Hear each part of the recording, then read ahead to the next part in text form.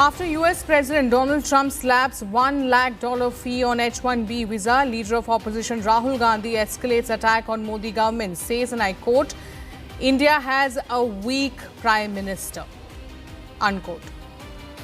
All right, so this is what leader of opposition Rahul Gandhi says as far as the H-1B visa fee by the United States government is concerned. He says, I repeat, India has a weak prime minister.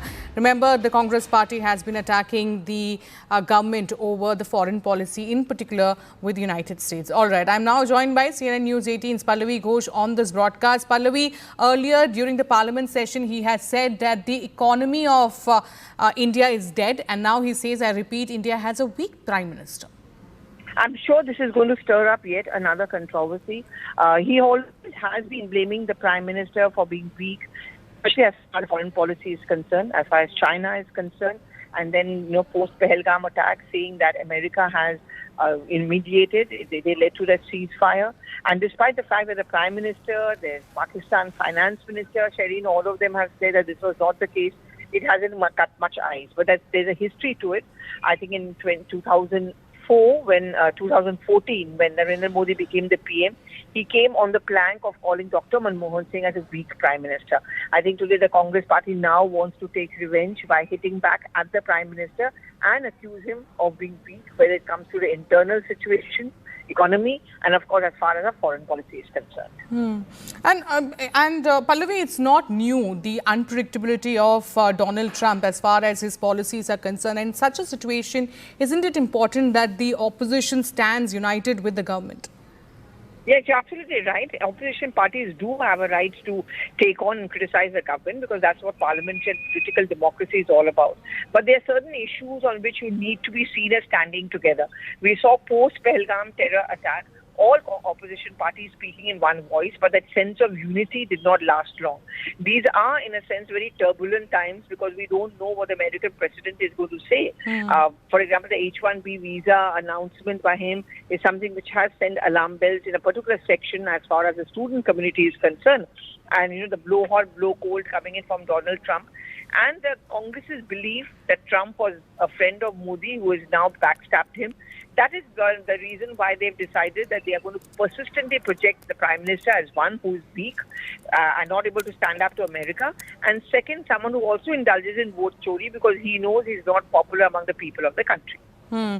We continue to be on this story, Pallavi, when we talk about the statement that is coming in from Rahul Gandhi at this point. Earlier as well, during the monsoon session, he said that US President Donald Trump is right because as far as India is concerned, the economy is dead and that has not gone down well with the BJP. Do you think this also will in fact be something that will open up attack on Rahul Gandhi and the Congress party?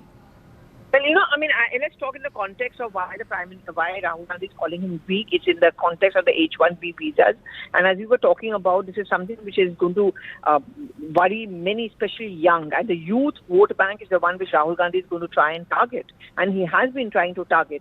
And projecting the Prime Minister as being weak is also reaching out to these people to tell them that, look, this Prime Minister does not stand up to the Americans. He allows them for ceasefire. He's not able to protect the country from this huge amount of tariffs. And even the H-1B visas, which is something which we were all kind of predicting, that also the Prime Minister has not been able to negotiate or convince the American president. It is a combination of all these factors ahead of the 2029 LoP Rahul elections, though it is still a long way ahead.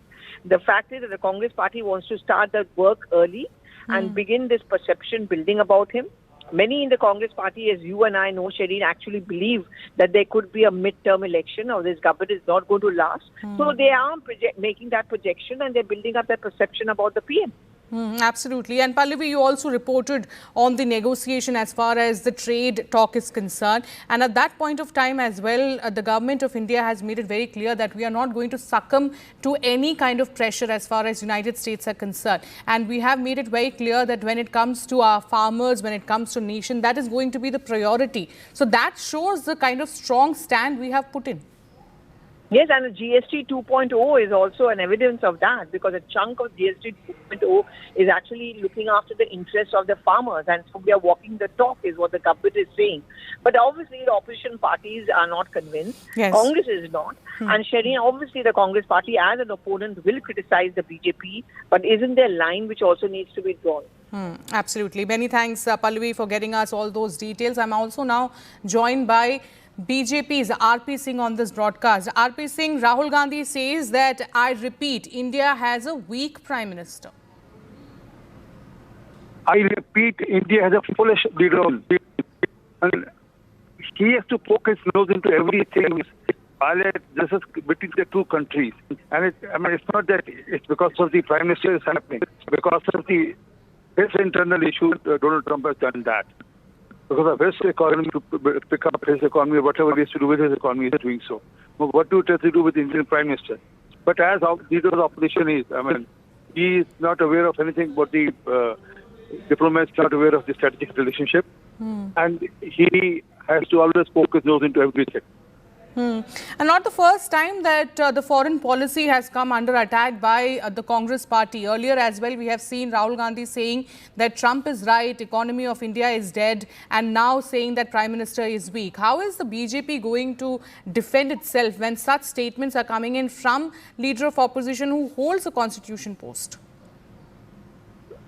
Given to me, I don't hold him in serious note. We don't hold him seriously.